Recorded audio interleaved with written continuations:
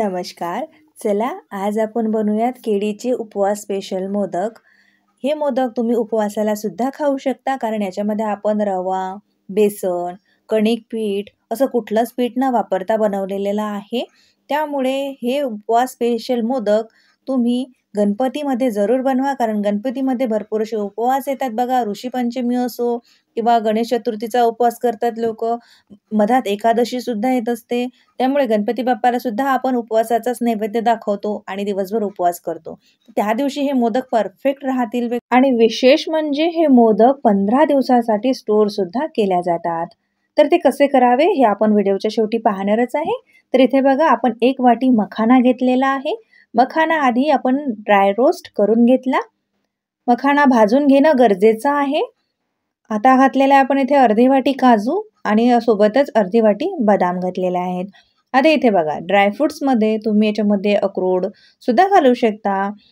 तुम्हाला हवं असलं तर दुसरे काही ड्रायफ्रुट्स घाला, जसं खोबरं वगैरे तुम्हाला घालायचं असेल तर ते सुद्धा तुम्ही घालू शकता. खारीक पावडर, खोबरं. पण आपण नुसतं मखाणे, काजू आणि बदाम आणि इलायची घातली सोबत फ्लेवरसाठी. सर्व जिन्नस आपण इथे ड्राय रोस्टच करत आहे, पाहू शकता तुम्ही. मखाणे सुरुवातीला यासाठी भाजले कारण मखाणे भाजायला थोडासा वेळ लागतो आणि मखाणे व्यवस्थित भाजले गेले की त्याची पावडर छान बनते.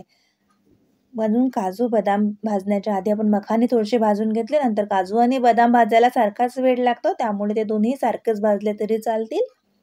बघू शकता व्यवस्थित भाजले गेलेला आहे. आता आपण याला काढून ठेवूया आणि थंड झाल्यानंतर याची पावडर करून ठेवायची आपल्याला. चला, आपण केळी घेतली होती बघा. एकाच केळीपासनं 21 मोदक बनून तयार होतात. हे केळी असं आपण मॅश करून घेत आहे.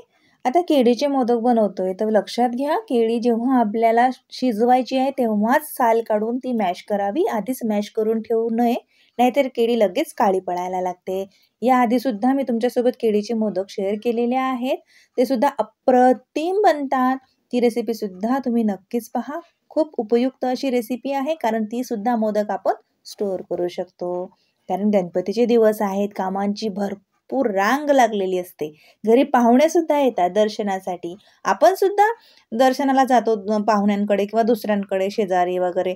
तर मग त्या दिवशी असे जर मोदक बनवून ठेवले ना फ्रीजमध्ये आधीच, तर आपण कामाची तारांबळ उडणार नाही आणि अगदी आनंदात शांत चित्ताने गणपती उत्सव साजरा करू शकतो. तर पाहू शकता, इथे आपण 1 चमचा तूप घातलंय बघा आणि जी आता केळी आपण मॅश करून ठेवली होती ती आता याच्यामध्ये घालावी.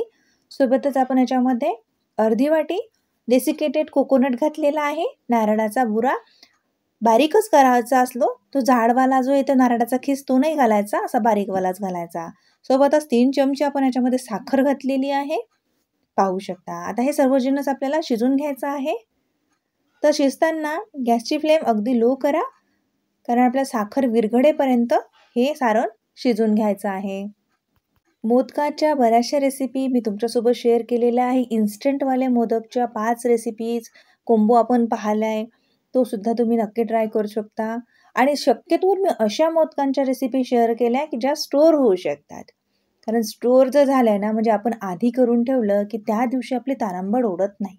कारण मध्ये गणपतीमध्ये महालक्ष्मी येत असतात, म्हणजे गौरी. तर त्यांची सुद्धा कामं असतात किंवा आपल्याला दुसऱ्याकडे दर्शनासाठी जायचं असतं किंवा आपल्या बरेच जणांच्या घरी सुद्धा गौरी बसवल्या जातात. मग ते सुद्धा काम असतं, तर त्यांची सुद्धा आराधना आपल्याला करायची असते. त्यामुळे मोदक असेच बनवायचे की जे स्टोअर करून ठेवल्या जातात. आणि सोप्या रेसिपी आहेत बघा. तर तुम्ही चॅनलला जरूर भेट द्या आणि त्या रेसिपीसुद्धा बघा. त्यासुद्धा अगदी 5 मिनिटात बनणाऱ्याच आहेत. तर तुम्ही नक्कीच बनवू शकता. आवडल्या तुम्हाला तर त्यांनासुद्धा लाईक करा. पाहू शकता 1-2 मिनिटं झाले, हलकीशी साखरसुद्धा विरघळायला लागलेली आपली आणि रंगसुद्धा थोडासा चेंज झाला. तर आता जी आपण काजू, मखाणा, बदाम अशी पावडर जी बनवून ठेवली होती ना, ती घालून घेतलेली आहे. आता गॅसची फ्लेम अगदी मी लो केली आणि सर्व जिन्नस आपण मिळून घेऊयात. या केळीच्या जे मॉइश्चर असतं त्याच्यामध्येच हे सगळं असं गोळा तयार होतो बघायचा. सुरुवातीला तुम्हाला वाटेल की हे मिळणार नाही किंवा हे रुखं कसं वाटणार, पण तसं नाही.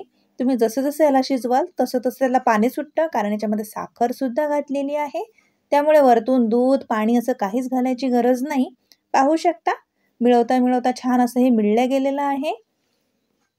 फक्त याला सोडून द्यायचं नाही, सतत चालवत आपल्याला याला असं शिजवून घ्यायचं आहे. याचा गोळा तयार होत आहे, बघू शकता तुम्ही. फक्त 1 चमचा तूप वापरून आणि एका केळीपासून 21 मोदक तयार होतात, अगदी सोप्या पद्धतीने. चला आता आपल्याला हे तोपर्यंत शिजवून घ्यायचं आहे, जोपर्यंत हे व्यवस्थित असं कढईला सोडणार नाही आणि याला व्यवस्थित अशी बाइंडिंग येणार नाही. आपल्या लक्षातच येतं की आता हे व्यवस्थित मोदक वळण्यासाठी तयार आहे. तर आता आपण गॅसची फ्लेम बंद करूयात आणि सारण थंड करण्यासाठी एका प्लेटमध्ये काढून घेऊयात.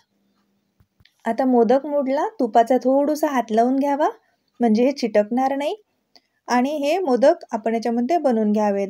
आता गार्निशिंगसाठी बघा मी इथं गुलाबाची पाकळी घेतली. तुम्ही काजू बदाम लावू शकता, जर लावायचे असेल तर. नाही लावायचं असलं तर काहीच नाही लावलं तर हे चालेल बघा. आणि इथे मोदक मोल्ड जर तुमच्याकडे नसेल तर हे मोदक एवढे सोपे आहेत की ते तुम्ही हाताने सुद्धा बनवू शकता. सारण अगदी परफेक्ट झालेलं आहे, हाताला चिटकत सुद्धा नाही आहे, पाहू शकता तुम्ही. खायला तर अप्रतिम आहेच, तसंच बनवायला सुद्धा सोपं आहे. तर मग ही रेसिपी ट्राय करायलाच हवी. तर पाहू शकता इथे सहजतेने आपला मोदक छान असा वळला गेलेला आहे. तर आता या पद्धतीनेच आपण सर्वच मोदक बनवून घेऊयात. अगदी सोप्या पद्धतीने बनतो बघा. पटकन पटकन असे मोदक वळल्या जात आहेत, अजिबात हे चिटकत नाही आहेत, पाहू शकता तुम्ही. मस्तच. तर आता या पद्धतीने मी ते सर्वच मोदक बनवून तयार केले. लहानांपासून मोठ्यांना सर्वांनाच आवडेल. बिना माव्याचे मोदक आहेत ना, याच्यात आपण दूध आटवत बसलेलं आहे, कुठलंच जास्त काम शिल्लकचं केलं नाही, तरीसुद्धा अप्रतिम चवीचे असे मोदक बनवून तयार झाले. तर नक्कीच ट्राय करा, तुमचे अनुभव माझ्यासोबत शेअर करा.